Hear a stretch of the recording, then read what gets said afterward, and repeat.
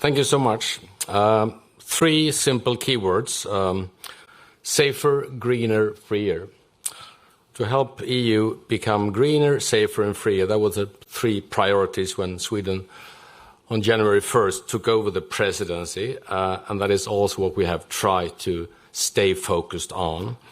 I have to say it's been truly both rewarding and great fun, honestly, to be holder of the presidency. Also a lot of hard work, exactly as I expected and exactly as it should be. Of course, I'm not really neutral in this, but I also do believe that this presidency has been successful. So let me simply allow me simply to highlight a few reasons why. First, the unity in support for Ukraine, the European unity and the transatlantic unity, extremely important. To support Ukraine, of course, contributes to a safer Europe in the worst of times. During the Swedish presidency, we have tried to keep this unity among all the 27 countries all the time. We have agreed on a 10th and an 11th, as was mentioned, sanction package against Russia, and we've agreed on 1 million artillery grenades to Ukraine. We've taken initiatives to put the issue of frozen assets, the complicated issue of frozen assets, I should underline, on the table, to some extent be able to contribute to rebuilding Ukraine. And we've negotiated the continuation of the temporary free trade liberalization. And we will continue to support Ukraine for as long as it takes, as we always stress. Second, migration. I think we have reached what many perhaps thought was almost impossible, the important agreement in the Council on the Migration Pact, an issue that has obviously divided the member states for a very long time, ended finally in a surprisingly broad unity, as Charles just mentioned. With this agreement, migration pressure on the EU will reduce, which is important for the entire Union. Another major task during our presidency was to make Europe greener, which brings me to the third reason I want to highlight today. Our ambition was to get one of the world's biggest climate packages done, the Fit for 55. And some people did laugh at the name of it. People don't laugh any longer because people realize how important this is. During the presidency, we have passed the finish line.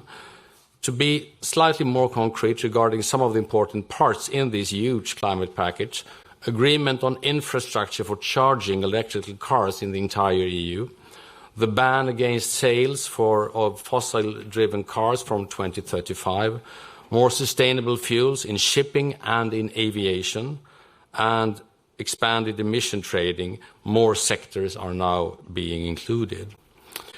But what is most important is not every single act by themselves, but the whole package. There will now be a maximum for all carbon emissions within the Union. All member states will have a climate goal that is regulated by law and has to be followed.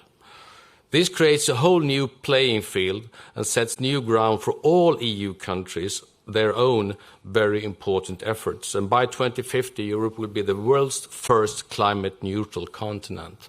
That is a great commitment. And last but not least, I wanted to highlight a fourth reason, a freer Europe. The presidency has continued the work with the rule of law within the EU, not least with the rule of law symposium last week in Stockholm.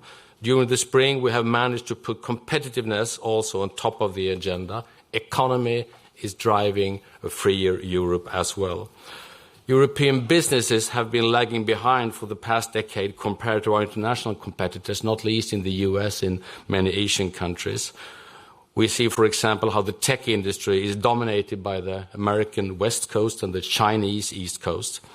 But it is my strong view that EU rules are supposed to make it easier, not harder, to run businesses in Europe. And competitiveness have not only been put on the agenda, but we now have a strategy in place and we will follow up on it. I want to finish by reaching out a huge thank you to all my European colleagues, but not least to you, Ursula, and you, Charles, for being so extremely constructive and cooperative. It's been a privilege to serve this presidency, And as I told our colleagues in the room, Ursula, I will miss our Sunday evening telephone conversations. You don't have to be polite and say you will do that as well. But for me, it's been a privilege to have this. So this third Swedish presidency is now over. But the efforts, I think, to make Europe safer, greener and freer, they continue. Thank you so much. Thank you, Prime Minister. And as is customary, we'll take a few questions from our Swedish colleagues first.